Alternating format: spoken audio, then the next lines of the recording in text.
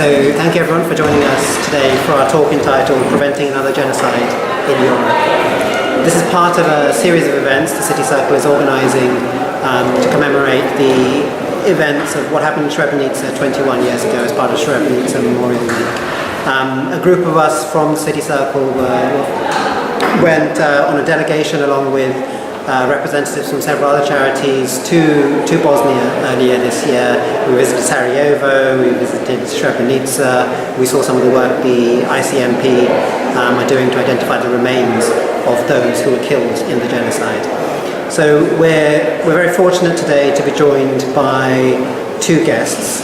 So first of all we have Eric Gordy. Eric is a lecturer in politics and the politics of southeastern Europe at the University College London, and we're also joined by Safet Vukalic.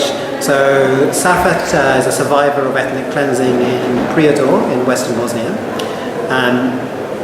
His father and his brother were in concentration camps in Bosnia. Fortunately, the family managed to make it out into the UK, and he'll be sharing with us his personal story.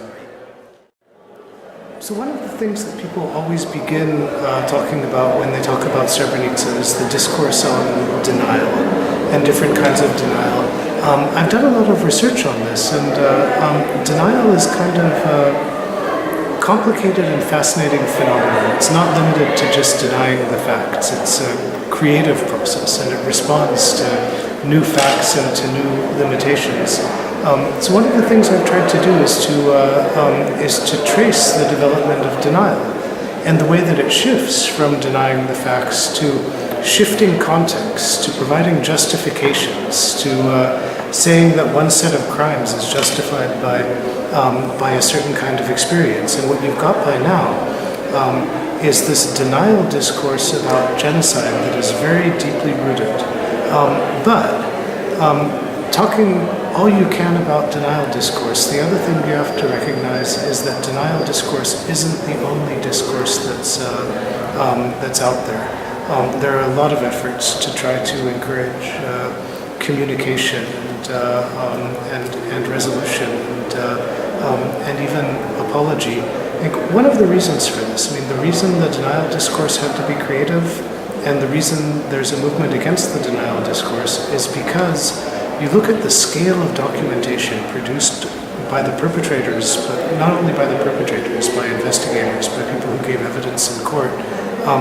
There is a lot that is known about the genocide in Srebrenica. In fact, probably more than is known about any other genocide in history.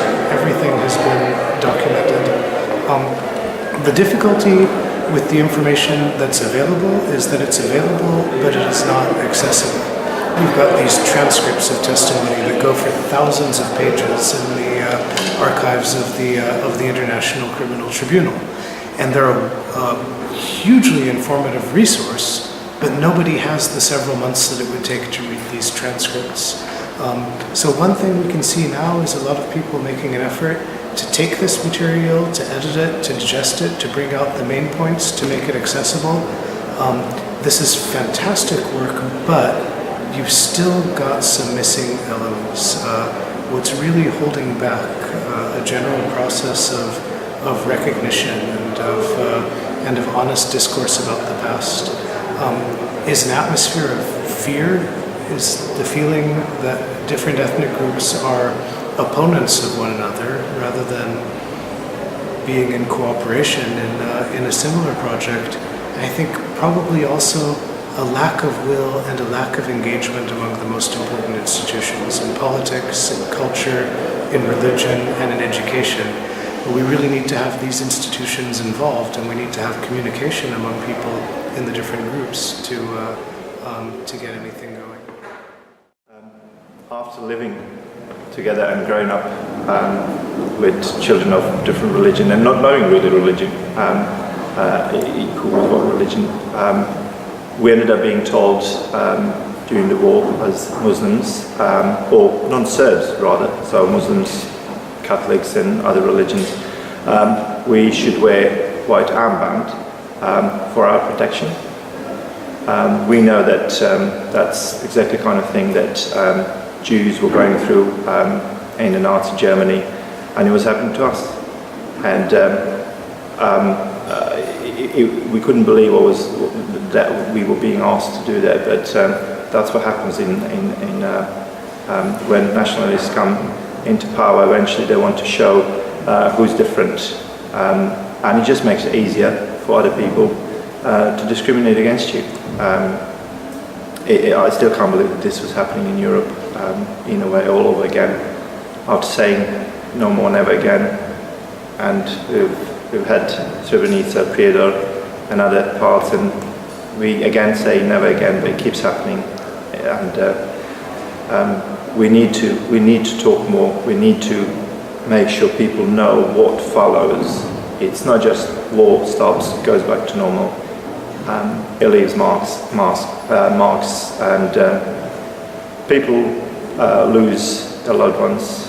And we know in Srebrenica, the youngest victim was 2 days old, and that's what it brings.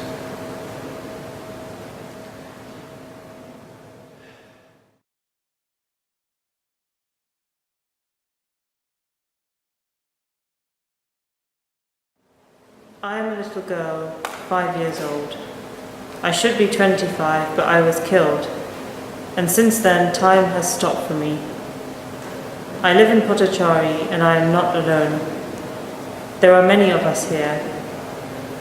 Once I tried to count how many of us are here, but I stopped at the number that my mother taught me to count until. My father is here, as are many friends of ours. Guests are coming tomorrow, as they do every year. Some of them I don't even like. It's as if they are not good people. They will take photos, record videos, cry, and every once in a while they will say how sad is all of this, and they will leave. My mother will come too, which makes me especially happy. She comes very often. My father says she will join us one day. I asked him, are they going to kill her too? He took a deep breath and said they killed her the same day they killed us. It's just that her heart is still beating, until it eventually breaks from the pain. My friend is coming as well. She is grown up and beautiful. I wonder if she still has the rag doll we used to play with.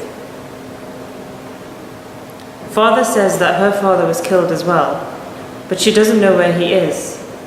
I asked myself how come, and until now he can't have been walking and running all this time. How come they can't find him? I don't ask too many questions. I feel ashamed of myself because I don't know what I always wanted to know. I wanted to learn and go to university. I remember when we first came here, worms were crawling all over the place. I was so scared, but my father told me that they won't eat us, and they didn't. Other people said it is because we are martyrs. They also said that we are not dead, that we are alive. God promised that our bodies would not rot. I don't even know who God is, but I feel his love, so I love him too. Every day I ask him to give my mum a kiss from me if he ever sees her, and really when she comes here I can see kisses from my lips all over her face. I worry about my father. Most of the time he is unhappy, grumpy and miserable, as he's constantly saying there is no justice achieved. I get upset at him. I don't know what the truth is, but somehow I would like my mother to be happy. I think she would be happy when she comes and gives me a hug. Tomorrow new people are coming here. They will be buried just like us. That's okay. Leave them and let their family rest. Father said they have traveled a very long way and they haven't had a home for 20 years. But I don't know much about it. I'm just a 5-year-old girl.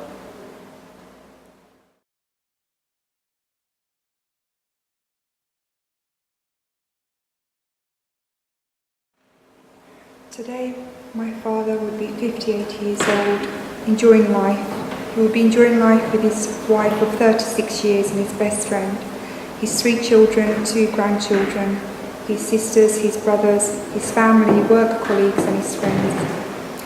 He was 34 when his life was taken away so cruelly. My mother was 32 when she lost him and became a widow.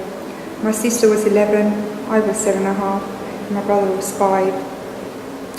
The pain is deep, it never leaves, not even after 24 years, and it never will. What happened in 1992 in Prijedor, when my father and uncle were kept captive and later executed in the White House of Omarska concentration camp, should never have happened. What happened in Srebrenica in 1995, where 8,372 were killed, should never have happened. What happened throughout Bosnia during the war should never have happened. Today I'm remembering my father, Ismet Bilal, my uncle Hussein Bilal, and all the young boys and men who were killed in Omarska, Srebrenica and throughout Bosnia. For my father and uncle, 50 years after their life was taken away, they finally found rest. May they all rest in peace, killed but never forgotten. In the name of God, the compassionate, the merciful, my Lord, do not let success deceive me or defeat drive me to despair. Keep reminding me that failure is temptation that precedes success. My Lord, teach me that tolerance is the highest degree of strength and that desire for revenge the first sign of weakness. My Lord, if you deprive me of my property, leave me hope. If you grant me no success, grant me the willpower to overcome the defeat. And if you take away the blessing of health, grant me the blessing of faith. My Lord, when I sin against people, grant me the power to ask for forgiveness. When people harm me, grant me the power to forgive. My Lord, if I forget you, do not forget me.